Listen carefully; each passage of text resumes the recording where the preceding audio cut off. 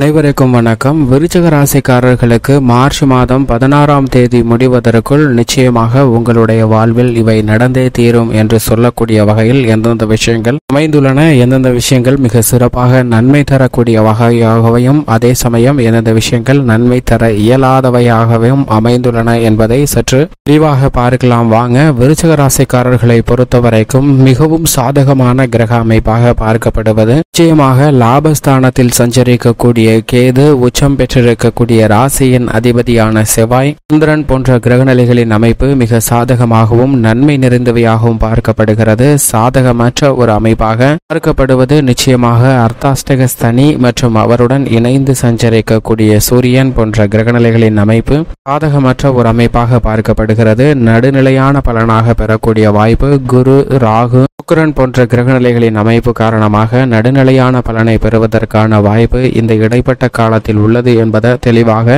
கிரகநிலைகள் உறுதிப்படுத்துகின்றன. அதிலும் முழு சுப கிரகமாக இருக்கக்கூடிய குரு ரூணரோக சத்ருஸ்தானம் ஆகிய 6இல் இருப்பதால் இந்த தருணத்தில் மந்தமாக அனைத்து விதமான பணிகளும் குடும்ப ரீதியாக செய்வதற்கான ஒரு சூழ்நிலை உருவாகியுள்ளது என்பதை தெளிவாக எடுத்து காட்டுகிறாருங்க. போதிய அளவிற்கு வருமானம் இல்லாத ஒரு சூழ்நிலையாகவும் தான் பார்க்கப்படுகிறது. ஏனென்றால் கடன் சார்ந்த தொல்லைகள் அதிகரிப்பதற்கான சாத்தியக்கூறுகளும் வருவாயை விட செலவு உயர்ந்திருக்கக்கூடிய ஒரு காலகட்டமாக அமைந்துள்ளது என்பதை விருச்சிக ராசிக்காரர்களுக்கு தெளிவாக உறுதிப்படுத்துகிறாருங்க குரு. அது மட்டுமல்லாது ஆரோக்கியம் சார்ந்த விஷயங்களிலும் அதீத கவனம் நிச்சயமாக தேவைப்படுகிறது. திட்டமிட்டு செலவு செய்தாலும் கூட பண பற்றாக்குறை ஏற்படுவதை தவிர்க்க முடியாத ஒரு சூழ்நிலை உருவாகி உள்ளது என்பதை தெளிவாக உறுதிப்படுத்துகிறாருங்க. உடல்நல சார்ந்த தொல்லைகள் சற்று கூடுதலாக ஏற்படுவதற்கான சாத்தியக்கூறுகள் உண்டு. எனவே உடல்நல ஆரோக்கியத்திலும் உணவு பழக்க வழக்கத்திலும் சற்று கூடுதல் கவனம் நிச்சயமாக தேவை. திருமண நிச்சயதார்த்தம் உள்ளிட்ட சில விசேஷ தருணங்கள்ல சின்ன சின்ன குழப்பங்கள் உருவாகலாம். ஆனால் நீங்கள் எதிர்பார்க்கக்கூடிய வெற்றி என்பது நிச்சயமாக உண்டு.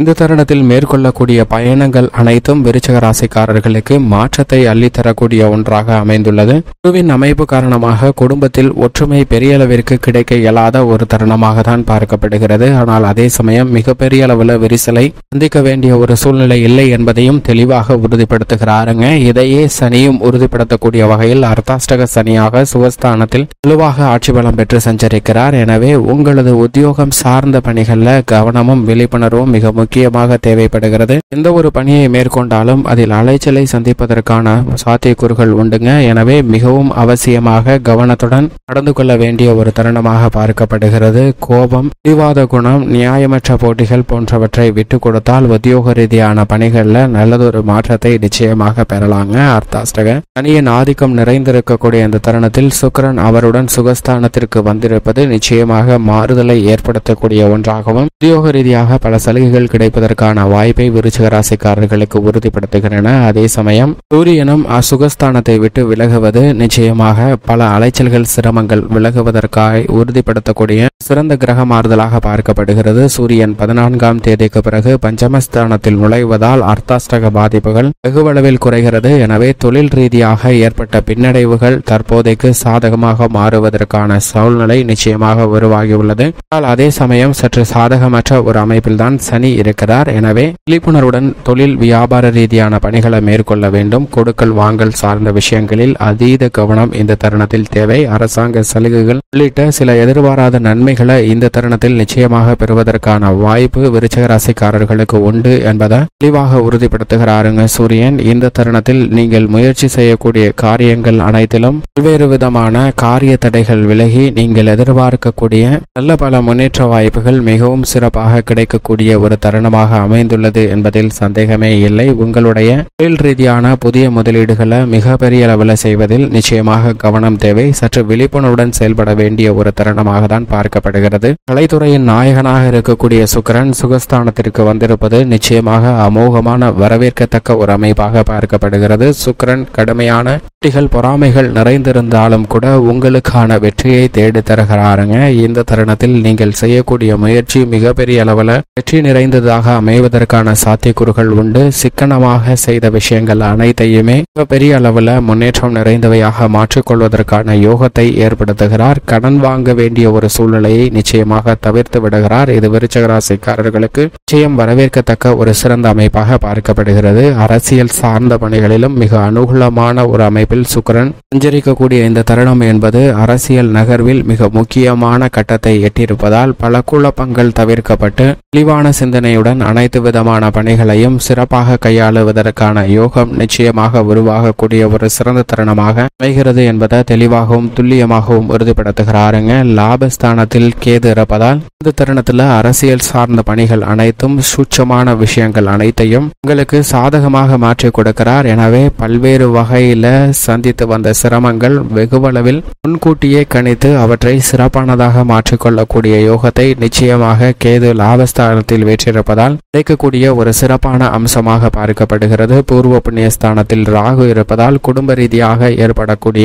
சில சங்கடங்கள் கூட மறைவதற்கான சாத்தியக்கூறுகள் உண்டு. இருந்தாலும் பூர்வீக சொத்து, நீதிமன்ற வழக்குகள் உள்ளிட்ட பல பிரச்சனைகள் நிலுவையில் இருக்கக்கூடிய ஒரு தருணமாக தான் அமைகிறது என்பதை பூர்வ புண்ணியஸ்தானத்தில் அமர்ந்துள்ள ராகு உறுதிப்படுத்துகிறார். ஆனால் ராசியின் அதிபதி உச்சம் பெற்று 3இல் மிகவும் வலுவாக சஞ்சரிக்கிறாருங்க.